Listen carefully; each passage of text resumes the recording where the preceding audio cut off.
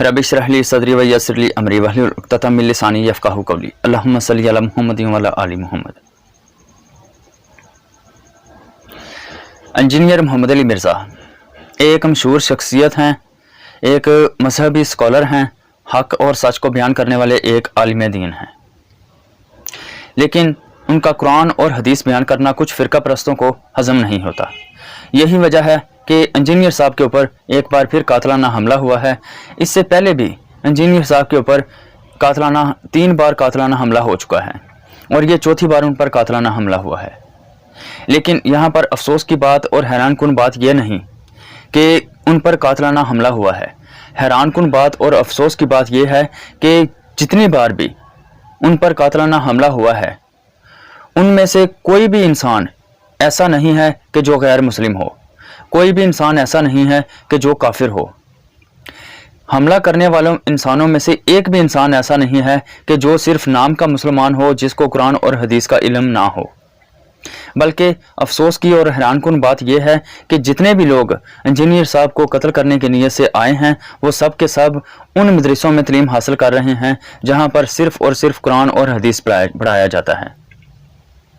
यानी कि हमला करने वाले जो लोग हैं वो दीनी तालीम हासिल करने वाले मौलवियों के शागिर्द हैं, जो कि इल्म हासिल करने के बाद हाफिज और आलिम और मुफ्ती बनना चाहते हैं।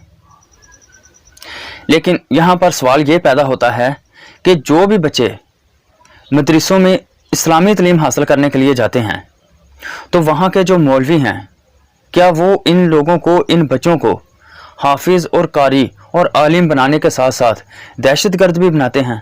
क्योंकि जितने भी बच्चे इंजीनियर साहब को कत्ल करने की नीयत से आए हैं, वो सब के सब मदरसों के स्टूडेंट होते हैं और हाफिज कुरान होते हैं। और यहाँ पर काबिल गौर बात यह भी है कि क्या ये वाले वो हाफिज हैं जिनके सर पर क़यामत के दिन सोने का ताज होगा? और क्या ये वाले वो आलिम हैं जिनके बारे ये बातें लिखी हुई हैं कि क़यामत के दिन इस तरह के आलिम जो हैं वो लोगों की बख्शिश का ज़रिया बनेंगे?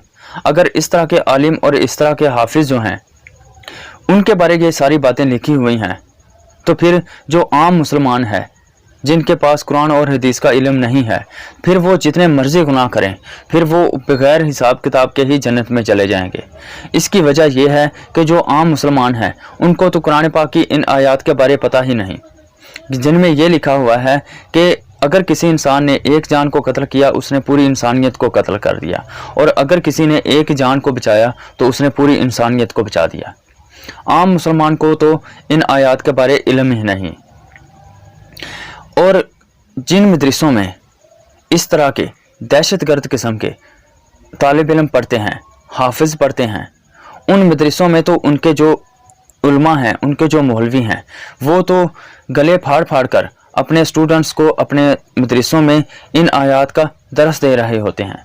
तो फिर क्या ये लोग कुरान पाक के साथ मुनाफिकत करने की कोशिश करते हैं, या फिर ये लोग ये समझते हैं कि ये लोग अल्लाह ताला को धोखा देने की नाकाम कोशिश करते हैं, या फिर ये लोग ये समझते हैं कि अल्लाह ताला को इन लोगों की इस तरह की हरकत के बारे इल्म नहीं? क्या इन लोगों को उस वक़्त शर्म नहीं आती जब ये इस तरह की हरकत करते हैं? सच बात तो यह है कि इन लोगों के पास ना तो इल्म है और ना ही इंजीनियर साहब की किसी बात का जवाब है। इसीलिए तो इन लोगों की जो हालत है वो बामले कुत्ते की तरह हो चुकी है। क्योंकि जब इनके सामने कुरान पाक की आयत पढ़कर सुनाई जाती है तो ये लोग भौंकना शुरू कर देते हैं, और जब इन लोगों के सामने हजूर पाक सल्लल्लाहु अलैहि वसल्लम की कोई हदीस या हजूर पाक सल्लल्लाहु अलैहि वसल्लम की कोई सुन्नत अदा की जाती है तो ये उस वक़्त काटने के लिए दौड़ पड़ते हैं। क्या इन लोगों को उस वक़्त शर्म नहीं आती जब ये लोग अपने नाम के साथ हाफिज, आलिम या मुफ्ती लिखते हैं या पीर साहब लिखते हैं? क्या इन लोगों को उस वक़्त शर्म नहीं आती जब ये लोग कहते हैं कि हम हुज़ूर पाक सल्लल्लाहु अलैहि वसल्लम की सुन्नतों पर अमल करने वाले हैं? क्या इन लोगों को उस वक़्त शर्म नहीं आती जब ये लोग अपने नाम के साथ ये लिखते हैं कि हम हदीस पर अमल करने वाले हैं? क्या इन लोगों को उस वक़्त शर्म नहीं आती जब ये लोग कहते हैं कि हम हुज़ूर पाक सल्लल्लाहु अलैहि वसल्लम के सहाबा के तरीके पर हैं? ये हुज़ूर पाक सल्लल्लाहु अलैहि वसल्लम की कौन सी सुन्नत है जिसमें यह लिखा हो कि अगर कोई इंसान तुम्हें कुरान पाक पढ़कर सुनाए तो उसको कत्ल कर दो? حضور پاک صلی اللہ علیہ وآلہ وسلم کی یہ کون سی سنت ہے جس سے یہ ثابت ہوتا ہو کہ اگر کوئی انسان قرآن پاک سے مردوں سے مدد حاصل کرنے کو غلط ثابت کر دے تو اس کو قتل کر دو؟ حضور پاک صلی اللہ علیہ وآلہ وسلم کی حدیث میں یہ کہاں لکھا ہوا ہے کہ غلطی کو غلطی ثابت کرنا جرم ہے؟ حدیث میں یہ کہاں پر لکھا ہوا ہے کہ اگر کوئی انسان کسی کی قرآن اور حدیث کی روشنی میں غلطی کو ہائی لائٹ کرتا ہے تو اس کو قتل کر دو؟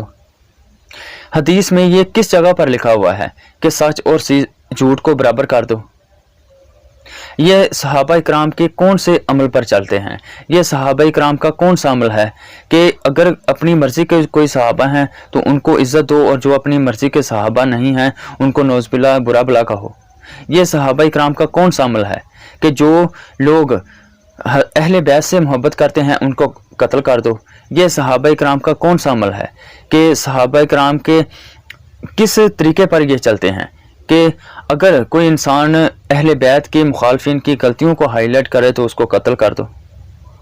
حقیقت تو یہ ہے کہ ان فرقہ پرست مولویوں کے پاس نہ تو علم ہے اور نہ ہی ان لوگوں کے پاس انجینئر صاحب کی کسی بات کا جواب ہے، اسی لیے تو یہ اس طرح کی جاہلوں والی حرکتیں کرتے ہیں۔